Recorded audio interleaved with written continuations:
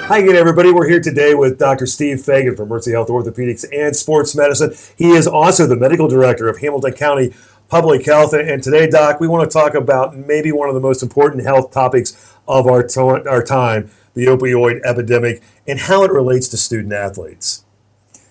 That is so right. And we are living in a time we're experiencing the largest drug epidemic in U.S. history. And it's a public health priority, it's a student priority, it's a priority for all of us, including the student athletes. Student athletes are no more susceptible to opioid use disorder than any students of the same age or any people of the same age, but they do get injured more. They do have more potential for exposure to powerful opioid medications, and so it's important for us to identify and to minimize and to really look at the potential for any kind of addiction, including opioid addiction in our athletes, which we do with our athlete trainers, our team physicians, and Mercy Health physicians. So is an athlete who has been injured, are they more likely to it being treated by the opioids to maybe become addicted? What is the chances that they are more likely? So student athletes are no more likely to have the genetic predisposition or even the continued tolerance leading to addiction than anyone else. However, because they may experience or have the need for pain medicines after an injury or a surgery, then they are at some risk. So avoiding it now. So if a student is prescribed the opioid medication for pain, for the injury, how do we avoid looking to a worst case scenario? Right. So we in Mercy Health have really been leaders in working with public health and all entities to minimize our prescriptions for things like Percocet and Vicodin, to limit the amount of time that is needed for those medications, and to also use alternatives. There are three pain pathways. There's the nociceptive, which is what opiates treat. There's the inflammatory, and there's the neuropathic. And so using anti-inflammatories and some neuropathic medicines in addition to opioids to minimize the use of opioids and also decrease the length of time that someone is exposed to opioids significantly reduces the risk of a potential addiction or tolerance to long-term tolerance to opioid medications.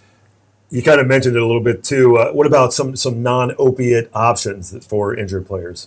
And so we really want to focus on those, especially around anti-inflammatories. And so things like NSAIDs, non-steroidals, like ibuprofen and Aleve or naproxen, as well as even some steroids, are helpful adjuncts. And on the neuropathic side, things like gabapentin or Neurontin, seizure-type medicines, which are very helpful because when you're cutting on someone, you're kind of injuring those nerves, and the nerves are the things that are causing pain. And so if you're able to deal specifically with that and the inflammation directly, you're able to significantly reduce the exposure to addicting-type medicines like opioids. Let's go worst case scenario. And what happens if a family member or a parent suspects, or maybe even a friend suspects that maybe an athlete has become addicted? And so that's really important for our trainers, our team physicians, and our Mercy Health physicians, and parents. And so parents who become concerned when there is a change in behavior, when there is a almost an addiction type behavior, when things are different. And the most important question to the parents is there a difference in your son or daughter who's been taking these medications? Are they having some unusual behavior? And so if that's the case, then it's very important to contact a health professional, to contact us at Mercy Health, because we are part of a large addiction collaborative. The sooner, the better. Avoiding having the conversation helps no one.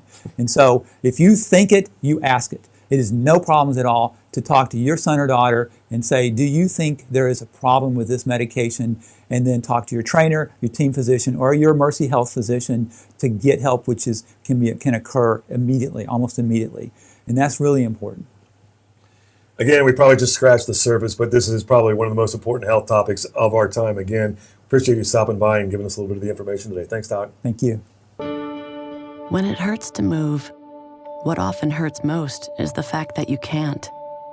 Because every rebound is calling your name, and every dance should be danced. It's in moments like these that we step in to help you step back off the sidelines. Because it takes two to tango in this life, and you are meant to be the one. Mercy Health, healthcare for the universe of you. Find an orthopedic doctor at mercy.com/ortho.